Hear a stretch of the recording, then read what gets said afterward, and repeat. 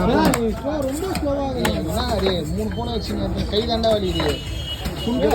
என் கை தர சுண்டரில் வெட்டி போட்டுரு.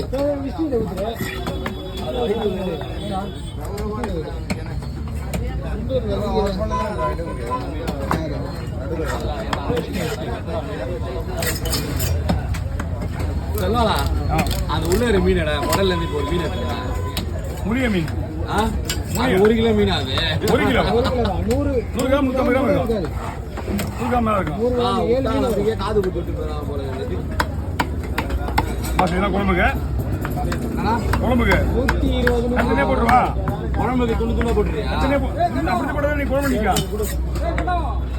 குழம்பு இதில் போட்டுருந்தா நீங்க தனியா வைங்க புரியுதா